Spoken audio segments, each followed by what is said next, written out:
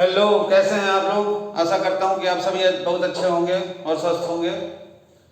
Last video में हमने जो है गुडविल के बारे में समझा कि गुडविल क्या होता है, गुडविल का ट्रीटमेंट कैसे होगा, गेनिंग पार्टनर्स कौन होगा, कौन सेक्रीफाइस करेगा, किस तरीके से डेबिट क्रेडिट करेंगे। और एक्यूमुलेटेड प्रॉफिट लॉस के बारे में हमने देखा कि एक्यूमुलेटेड प्रॉफिट का क्या एंट्री पास होगी, पार्टनर्स कैपिटल में कैसे दिखाया जाएगा, एक्यूमुलेटेड लॉस कैसे होगा, उसकी एंट्री हम कैसे पास करेंगे, कैसे दिखाएंगे उसको। ठीक है ना। आज हम जो है एडजस्टमेंट ऑफ कैपिटल की बात करेंगे।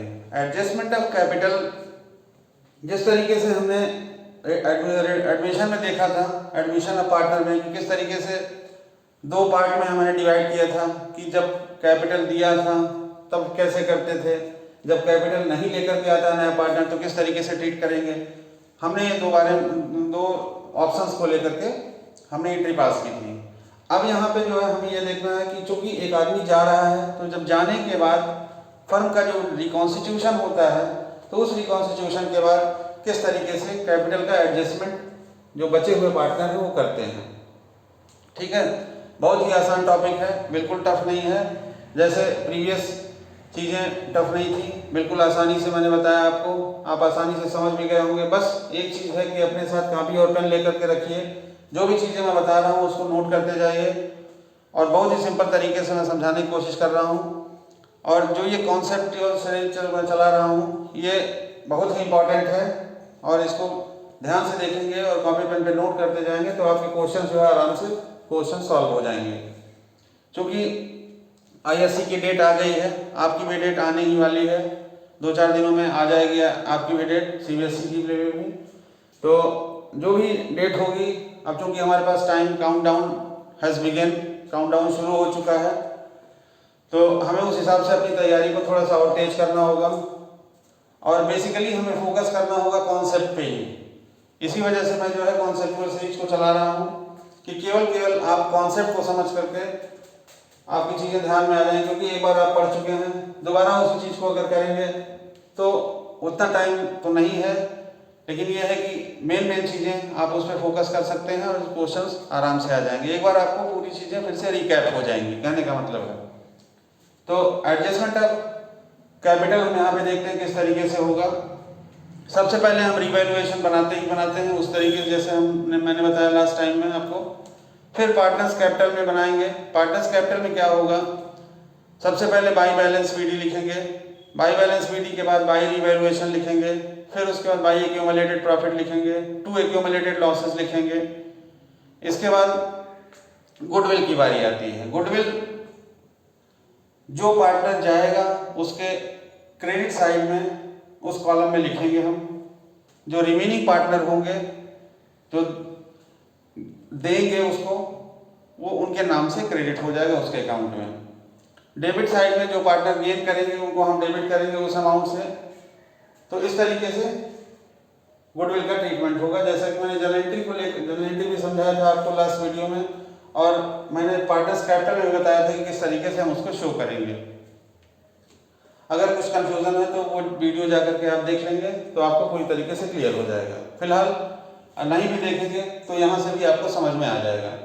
तो एडजस्टमेंट ऑफ कैपिटल में इतनी चीज़ें हम लिखने के बाद क्रेडिट माइनस डेबिट करेंगे। जो भी पार्टनर जा रहा है सबसे पहले उसकी टोटलिंग करिए। तो क्रेडिट माइनस डेबिट हम करेंगे, जो भी बैलेंस आएगा वही उतना अमाउंट उस रिटायरिंग पार्टनर को फर्म देगी। तो कभी कभी ऐसा होता है कि कुछ कैश में दे देते हैं, बाकी को लोन में ट्रांसफर कर देते हैं। अगर कैश में कुछ भी नहीं देना है तो सारा का सारा लोन में ट्रांसफर कर देंगे और बाकी दोनों पार्टनर्स का, बाकी रिमेनिंग जितने भी पार्टनर बच रहे हैं उनका बैलेंस हम बैलेंस शीट में दिखा देंगे और इसका लोन में चला जाएगा। ठीक है। इसके बाद एडजस्टमेंट ऑफ कैपिटल में क्या होता है कि एक फिक्स अमाउंट पहले से डिसाइड हो जाता है कि हाँ इनके जाने के बाद अब जो कैपिटल होगी वो फिक्स होगी, उसको नए रेशियो में हम बांटेंगे। ठीक है ना। तो जो भी नया रेशियो होगा, यहाँ मैं फॉर्मेट आपको समझा रहा हूँ, फॉर्मेट देखिए। पार्टनर्स कैपिटल,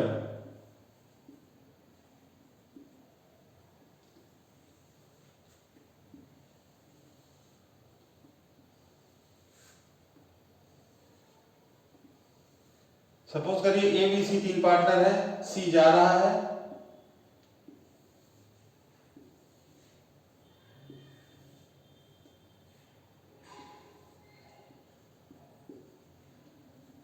सबसे पहले बाई बैलेंस लिखेंगे, बाई बैलेंस बी डी इन तीनों में, फिर बाई रिवैल्यूएशन इन तीनों में, इसके बाद अगर लॉस हो गया तो टू रिवैल्यूएशन इन तीनों में, इसके बाद बाई गुडविल के लिए बाई एस कैपिटल, मान लीजिए सी जा रहा है तो इसके में अमाउंट हो जाएगा, इसके बाद बाई बीस कैपिटल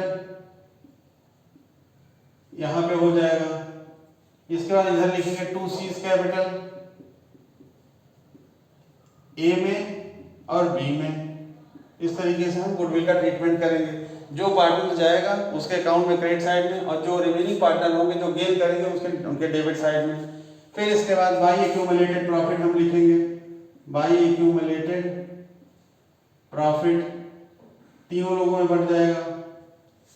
एक्यूमुलेटेड प्रॉफिट, अगर एक्यूमुलेटेड लॉस दिया हुआ है तो टू एक्यूमुलेटेड लॉस तीनों लोगों में बढ़ जाएगा।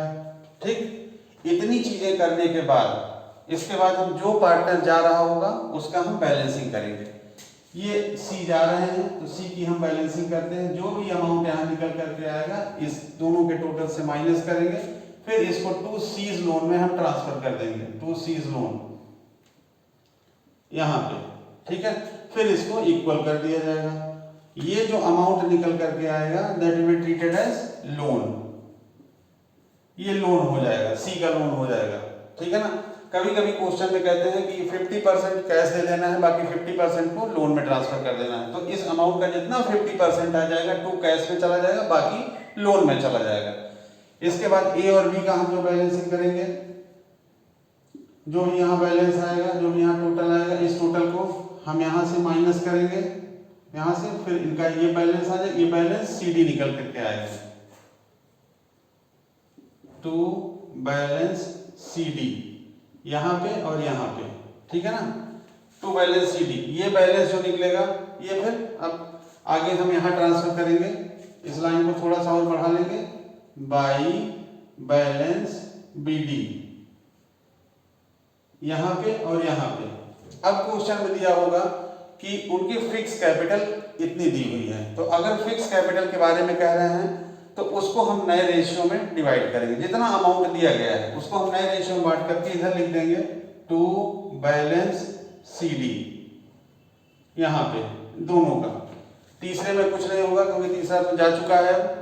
अब इसके बाद जो भी अमाउंट बांटने के बाद आएगा हम इस अमाउंट को यहाँ लिखेंगे, जो क्वेश्चन में दिया होगा कि फिक्स कैपिटल, तो फिक्स कैपिटल को ए बी के रेशियो में नए रेशियो में बांट करके यहाँ लिखेंगे। ठीक, अब जो कम बोलते हैं क्वेश्चन में कि एज द केस में भी कैश ब्रॉट इन और पे आउट, तो जिसका कम होगा वो ले करके आएगा, जिसका ज्यादा होगा वो ले करके जाएगा। कैसे पता चलेगा? इस बैलेंस बीडी से इस सीडी को हम माइनस करेंगे, जो भी डिफरेंस अमाउंट आएगा, सपोज करिए बी का ए का जो है इधर का ज्यादा है इधर का कम है, तो टू बैंक लिख दिया हमने, है ना यहाँ पे।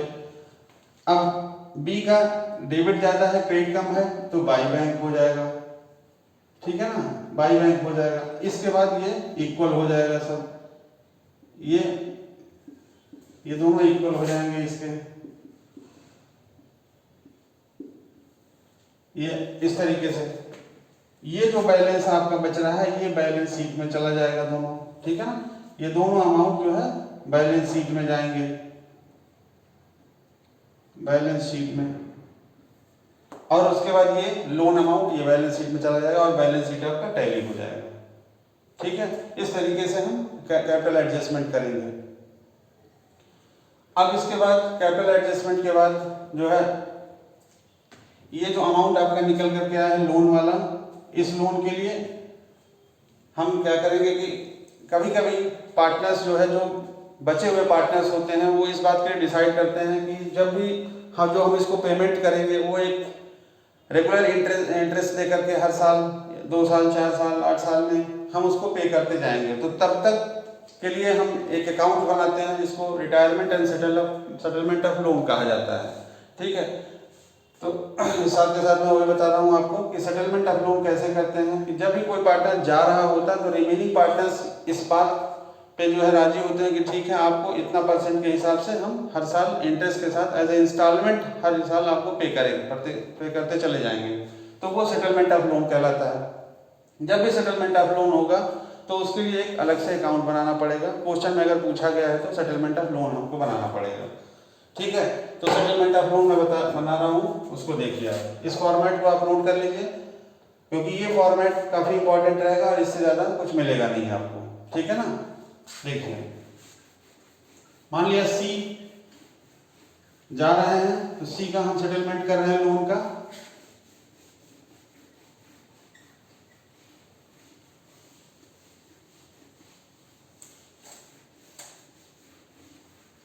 जो सी का सेटलमेंट होगा, सपोज करिए 20,000 रुपीज जो है वो सीज लोन आया 20,000 को हमें अगर 5 पार्ट में देना है या 4 पार्ट में देना है तो ये 5,000 प्लस इंटरेस्ट हमको पे करना पड़ेगा। 5,000 प्लस इंटरेस्ट हर साल इतना इंस्टॉलमेंट बनेगा। कैसे बनेगा? सीज लोन अकाउंट, सी के लोन को इस तरीके से बनाएंगे,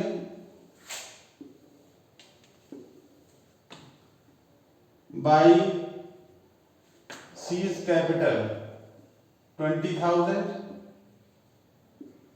seize capital account by interest.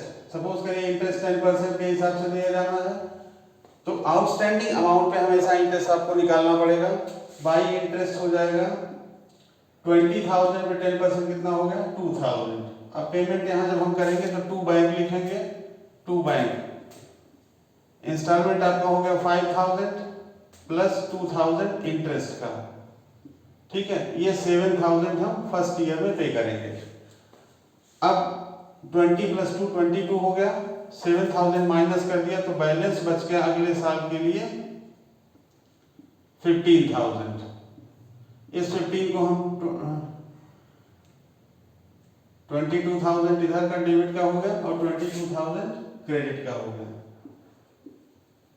22,000 minus 7,000 करें तो 15,000 का बैलेंस आ जाएगा। अब ये बैलेंस अगले साल के लिए कैरी होकर के चला जाएगा बाई बैलेंस बीडी।